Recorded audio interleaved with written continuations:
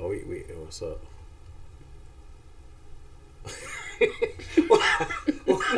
What's up, YouTube family? It's your boy Climmie, your girl Shan, and we about to do what? Some Jordan Peterson.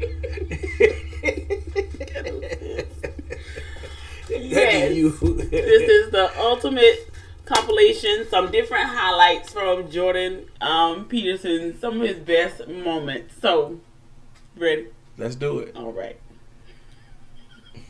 Why should your right to freedom of speech trump a trans person's right not to be offended?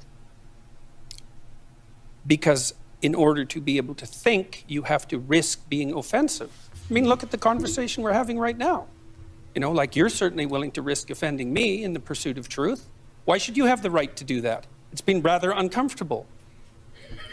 You've connected a lot with a lot of young men, lots of different people, but young men particularly seem to, find something in your message. I'm a young man. I'd like to be improved, please. I want to stop being a pathetic weasel. Yeah, that would be good. Clean up your room. I don't know how you can go out and protest the structure of the entire economic system if you can't keep your room organized. What are the limits of that idea, though? Because you can have a lovely clean room, but if for my generation, we're looking down the barrel of climate change, we can't afford a house, some people can't get work, university education's unaffordable. Like, there are these huge, massive problems in society and the political economy that are also going to, screw us over in the big picture that the clean room isn't going to necessarily fix. If you're going to fix complicated problems, you have to learn how to fix simple problems first. I want to know, what is your answer to young people for some of the really big problems facing humanity, like the climate catastrophe, like economic crisis, like the precarious job market? Because I just don't, you talk all this much about individual responsibility. Most of us are never going to be able to afford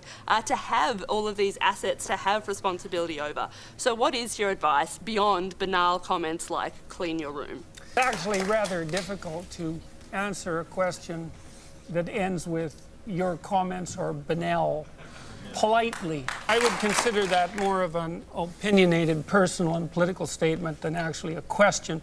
So why don't you try reformulating that so that there's an actual question there? A trans woman is a real woman. Wow. I don't really like the way those questions are formulated. Now, I don't know what that means. What do you mean a real woman? Well, I'm asking you, in your mind, it depends what you think a real woman is, but do you think a trans woman is a woman? No. Why not? Because I think that women are capable, generally speaking, of having babies, and they have female genitalia, and they have an XX chromosome, and I think the biological markers are relevant. Interested in people being able to have different choices and having equality of outcome. Aha, well, so the overwhelming proportion of people who are in prisons are male.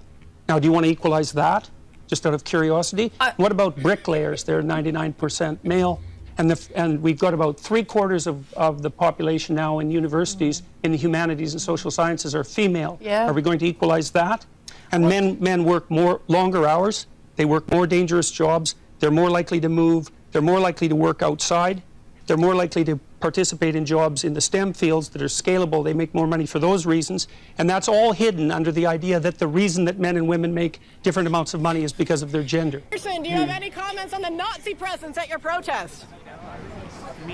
The presence of Nazis and white supremacists assaulting people at your protest. Do you have any comment on that?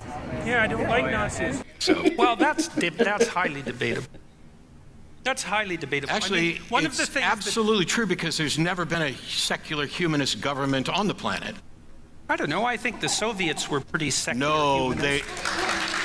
Then, I know with all due apologies, you do not know the first thing about what secular humanism is. You should read the secular humanist man. I'm very glad I put you on the spot. Well, I'm very glad that I have exercised my freedom of speech. You get my point. It's like you're doing what you should do, which is digging a bit to see what the hell's going on. So and that is what you should do. But you're exercising your freedom of speech to certainly risk offending me. And that's fine. I think more power to you as far as I'm concerned. So you haven't sat there and... I'm just trying to work that out. I mean... Ha, gotcha. You have got me. I'm trying to work that... History. You've written the idea that women were oppressed throughout history is an appalling theory. They haven't had a great time, though, have they? Who has had a great time in history? But men have had less of a Really, shitty have time. they? Have they? By what standard? By what standard? Well, I'm just saying if you're a woman... How about war? But it took longer for women to get the vote, and women belong to their husbands, and in this country, one woman dies every week from domestic violence, a man dies like once a month, I believe, from that same cause. Like, aren't there some clearly obvious things that women are victim of as a result of their gender? There are inequalities in the catastrophes that the genders are subject to. And so, look, first of all, there's some things we got to get straight. History is a rough business. Everybody had it rough. In 1895, the typical Westerner lived on less than $1 a day, which is absolute poverty by today's standards, right? And so people were brutally poor for almost the entire course of human history. It was rough. You say, well, did men or women have it worse? It's like, well, you know, that's a complicated question. But one of the things you can say is everybody had it pretty damn bad. Yeah. If you want to take full control of your sales pipeline, you need to try Monday CRM. It's given my sales team more time. Marxists say, well, that wasn't real Marxism. What it really means, and I've thought about this for a long time, it's the most arrogant possible statement anyone could ever make. It means if I would have been in Stalin's position, I would have ushered in the damn utopia instead of the genocidal massacres, because I understand the doctrine of Marxism and everything about me is good. It's like, well, think again, sunshine. I'm not suggesting in the least, and have never suggested, that there's no domain for social action. I'm suggesting that people who don't have their own houses in order should be very careful before they go about reorganizing the world, which happens in many ways. I see a backlash against masculinity, and a sense that there's something toxic about masculinity. What is this idea of being over? Why is society overly feminized? Well, I didn't ever say that society was overly feminized. So if we're going to discuss my views, we should use my actual words. Women got full legal rights. They have the right to determine what language I use, especially when it's backed by punitive legislation. And when the words that are being required are the constructions, they're artificial constructions of people I regard as radical ideologues whose viewpoint I do not share.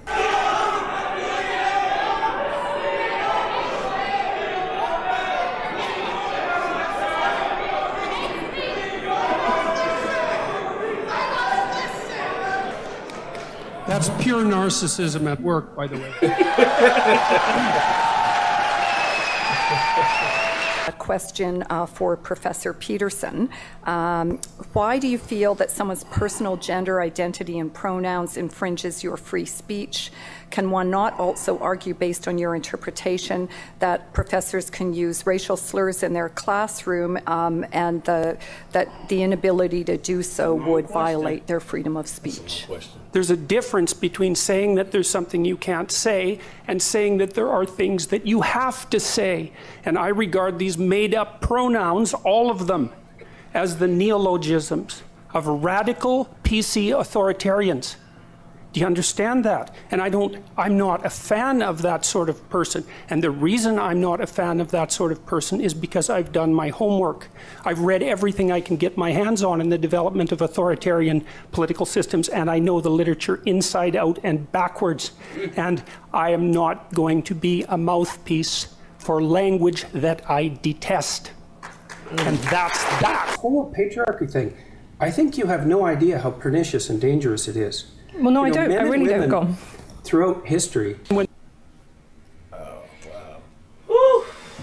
Well, Mr.